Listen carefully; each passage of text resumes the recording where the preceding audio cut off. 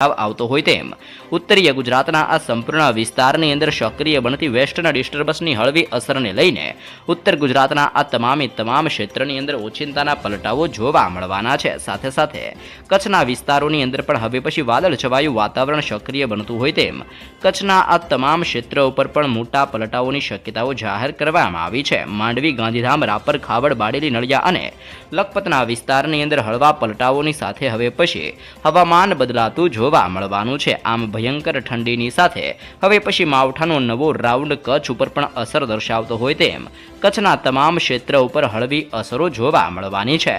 સૌરાષ્ટ્રના વિસ્તારોની અંદર અત્યારે અરબી સમુદ્રના દરિયામાંથી આગળ વધતા ઠંડા અને ભેજયુક્ત પવનો ટકરાવાને લઈને દરિયાઈ કાંઠાના વિસ્તારની અંદર તોફાની હલચલો વધી રહી છે। અત્યારે પવનની તીવ્રતા 20થી લઈને 25 કિલોમીટર પ્રતિ કલાકની ઝડપે ગુજરાતની અંદર હળવાથી મધ્યમ પવનો ફૂંકાતા જોવા મળી રહ્યા છે।